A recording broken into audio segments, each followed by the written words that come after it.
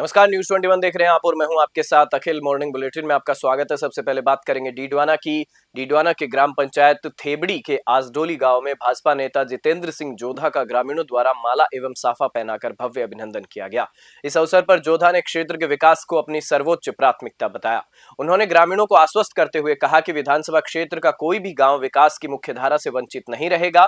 जोधा ने बुनियादी सुविधाओं के विस्तार पर जोर देते हुए कहा कि जनता की समस्याओं के समाधान के लिए उनके द्वार हमेशा खुले हैं। कार्यक्रम के दौरान ग्रामीणों ने स्थानीय समस्याओं से अवगत कराया, जिस पर उन्होंने त्वरित निराकरण का भरोसा दिया। डीडवाना से गुलाम नबी आजाद की रिपोर्ट। डीडवाना शहर के निरंजनी बस्ती स्थित दयाल आश्रम में भव्य हिंदू सम्मेलन का आयोजन किया गया, जिसमें अपार जनसमूह उमड़ा। कार्यक्रम का आगाज जोशपूर्ण बाइक रैली और महिलाओं द्वारा निकाली गई भव्य मंगल कलश यात्रा के साथ हुआ। संतों के सानिध्य में आयोजित इस सम्मेलन में हिंदू एकजुटता और राष्ट्र निर्माण का संकल्प लिया गया। कार्यक्रम में गिरधर स्वामी, रामपाल शास्त्री, ओम प्रकाश पुरोहित, नंद दास एवं राम गोपाल दास महाराज का आशीर्वाद प्राप्त हुआ। वक्ताओं ने कहा कि हिंदू समाज की शक्ति संस्कारों और संगठन में निहित है। धर्म का अर्थ केवल पूजा नहीं बल्कि राष्ट्र सेवा और चरित्र निर्माण है। बजरंग सिंह राठौड़ ने बताया कि सम्मेलन में युवाओं को सनातन मूल्यों को अपनाने और सामाजिक समरसता बनाए रखने के लिए प्रेरित किया गया। डीडवाना से गुलाम नबी आजाद की रिपोर्ट। धौलपुर में न्यायिक जगत के बीच खेल और समन्वय की एक नई मिसाल देखने को मिल रही है। अभिभाषक संघ द्वारा आयोजित बार ब्रांच खेल प्रतियोगिता का भव्य शुभारंभ जिला एवं सत्र न्यायाधीश संजीव मागो के मुख्य आतिथ्य में किया गया। इस अवसर पर जिला जज संजीव मागो ने खिलाड़ियों का उत्साह वर्धन करते हुए कहा कि खेल न केवल शारीरिक ऊर्जा प्रदान करते हैं बल्कि मानसिक विकास के लिए भी अनिवार्य है। उन्होंने जोर दिया कि ऐसे आयोजनों से बार और ब्रांच के बीच आपसी समन्वय और अधिक मजबूत होगा। अभिभाषक संघ अध्यक्ष हरिओम शर्मा के अनुसार जिले में पहली बार इतने बड़े स्तर पर सामूहिक खेल प्रतियोगिताएं आयोजित हो रही हैं। 14 फरवरी को प्रतियोगिताओं का फाइनल मुकाबला खेला जाएगा। धौलपुर से संजय कसाना की रिपोर्ट। अखिल भारतीय जांगीड़ ब्राह्मण महासभा तहसील शाखा सिकराय के तत्वावधान में रविवार 8 फरवरी 2026 को लंगड़ा बालाजी स्थित विश्वकर्मा मंदिर में समाज की एक महत्वपूर्ण बैठक आयोजित की गई। इस बैठक में सर्वसम्मति से विश्वकर्मा मंदिर सेवा समिति का गठन किया गया, जिसमें समाज ने एकजुटता का परिचय देते हुए नई कार्यकारिणी का चुनाव किया। गोपाल लाल जांगीड़ नांद्री वाले को निर्विरोध अध्यक्ष पद पर नियुक्त किया गया और जगदीश प्रसाद जांगीड़ लंगड़ा बालाजी वाले को मंत्री व महेंद्र कुमार जांगीड़ चांदेरा वाले को कोषाध्यक्ष नियुक्त किया गया। सिकराय से गोपाल जांगीड़ नांद्री की रिपोर्ट।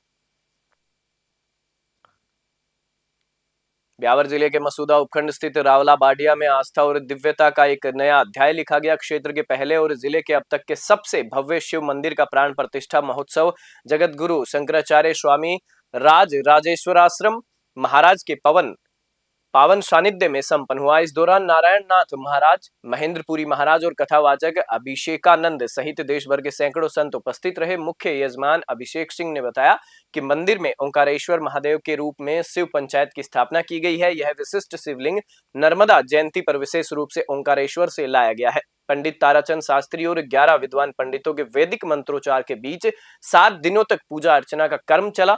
आयोजन की भव्यता का आलम यह था कि हजारों श्रद्धालु पहाड़ियों पर बैठकर जगत गुरु के प्रवचन सुनते नजर आए। मंत्री के विश्नोई ने भी सिद्धार्थ स्कूल पहुंचकर जगत गुरु शंकराचार्य का आशीर्वाद लिया। भजन गायक प्रमोद त्रिपाठी और दीपक कुमार के भजनों पर श्रद्धालु मंत्र मुग्ध होकर झूम उठे।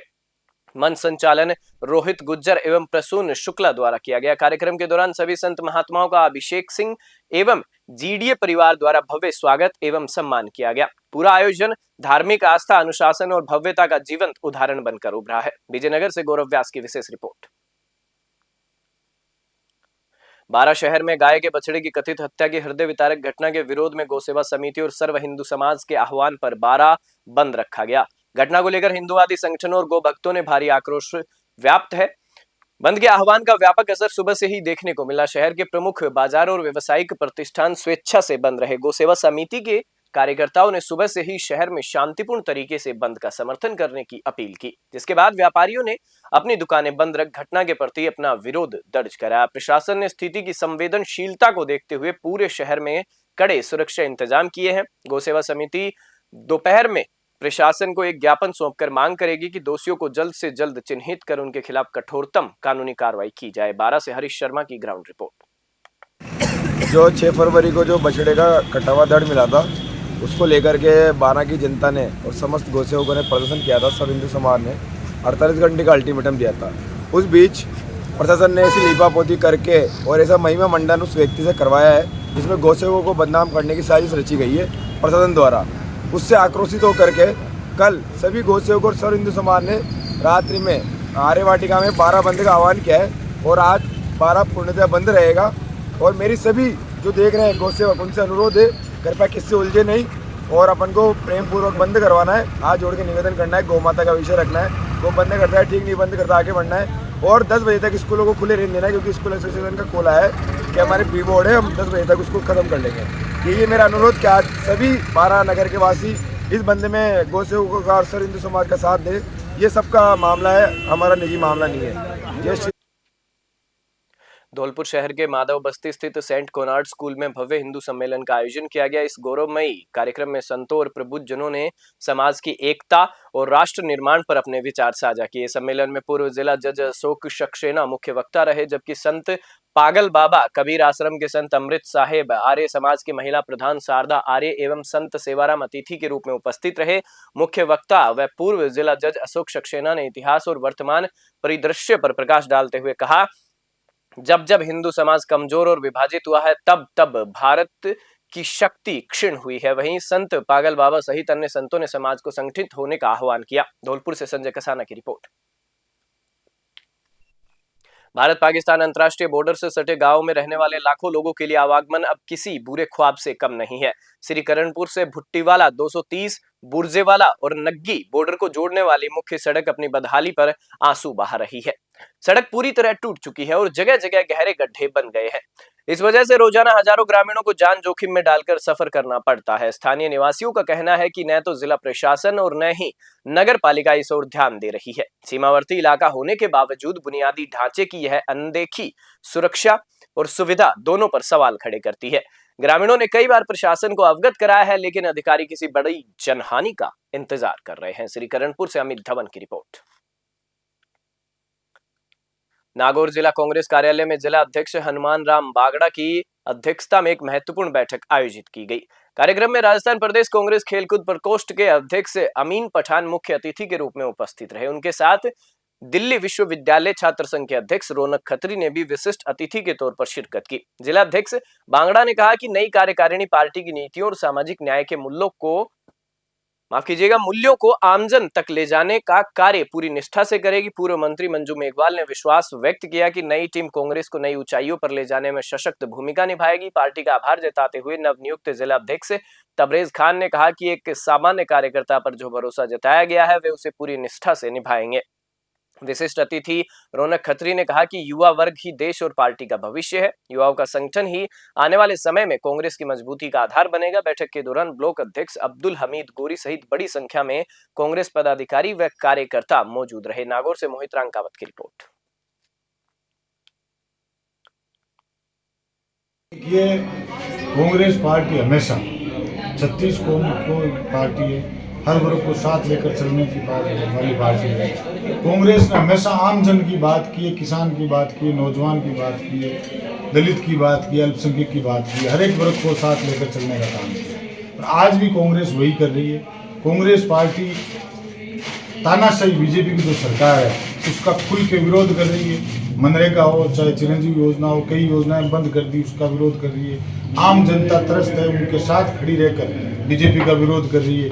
और बीजेपी से जो नाराज लोग, जो हकीकत में विचारधारा कांग्रेस की विचारधारा के लोग थे और उनको बेला फुसला कर या डरा धमका कर कैसे भी बीजेपी ज्वाइन करवाई और उनका मन वापस कांग्रेस में आने का हुआ और वो सच्चाई से कार्यकर्ता के तौर पर कांग्रेस में काम करना चाहते हैं, उनको हम कांग्रेस ज्वाइन करवा रहे हैं। और ऐसे व्यक्ति जो बीजेपी में ये कांग्रेस पार्टी हमेशा 36 कौम को।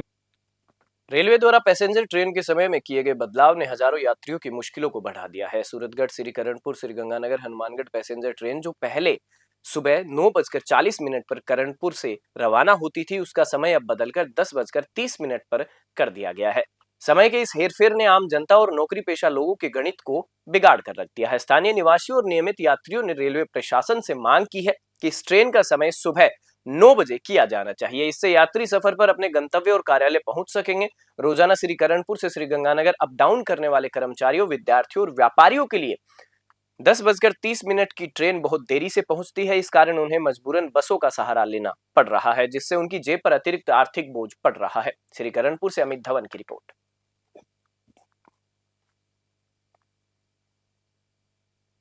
राष्ट्रीय स्वयंसेवक संघ की स्थापना के 100 वर्ष पूर्ण होने के उपलक्ष्य में बस्सी कस्बे में एक विशाल हिंदू सम्मेलन का आयोजन किया गया। इस ऐतिहासिक अवसर पर भक्ति और राष्ट्रभक्ति का अनूठा संगम देखने को मिला। सम्मेलन का मुख्य आकर्षण महिलाओं द्वारा निकाली गई भव्य मंगल कलश यात्रा रही। कस्बे और आसपास के ग्रामीण इलाकों से लगभग 2100 महिलाओं ने पारंपरिक वेशभूषा में सिर पर कलश धारण कर इस यात्रा में भाग लिया। यात्रा कस्बे के विभिन्न मार्गों से गुजरी, जहां स्थानीय निवासियों ने पुष्प वर्षा कर और जयकारों के साथ भव्य स्वागत किया। इसके बाद उपस्थित जनसमूह ने एक स्वर में हनुमान चालीसा का पाठ किया। स्थानीय कलाकारों द्वारा देशभक्ति और धार्मिक विषयों पर आकर्षक प्रस्तुतियां दी गई। बस्सी से रामफुल मीणा की रिपोर्ट। सीमावर्ती क्षेत्र श्रीकरणपुर में नहरों की देखरेख और स्वच्छता को लेकर नहरी विभाग की बड़ी लापरवाही सामने आ रही है। जिस नहर के पानी का उपयोग हजारों लोग पीने और सिंचाई के लिए करते हैं, वह वर्तमान में गंदगी और अतिक्रमण का शिकार हो रही है। नहर के किनारों और पुलों की स्थिति अत्यंत चिंताजनक है। गांव से गुजरने वाली इन नहरों के कारण गांव से गुजरने वाली नहरों के ऊपर ग्रामीणों ने गोबर के उपले सुखा रखे हैं। इतना ही नहीं, नहर के किनारों पर बैठकर महिलाओं द्वारा खुलेआम कपड़े धोए जा रहे हैं। कपड़ों के डिटर्जेंट और अन्य गंदगी सीधे मुख्य जलधारा में मिल रही है, जिससे पानी दूषित हो रहा है। क्षेत्रवासियों का कहना है कि वर्तमान में पानी बंदी का समय चल रहा है। नहरी विभाग को इस अवसर का लाभ उठाकर नहरों की युद्ध स्तर पर सफाई करानी चाहिए, ताकि पानी बंदी समाप्त होने पर आम जनता को स्वच्छ जल मिल सके। श्रीकरणपुर से अमित धवन की रिपोर्ट। बुलेटिन में फिलहाल इतना ही। आप देखते रहिए न्यूज़ 21।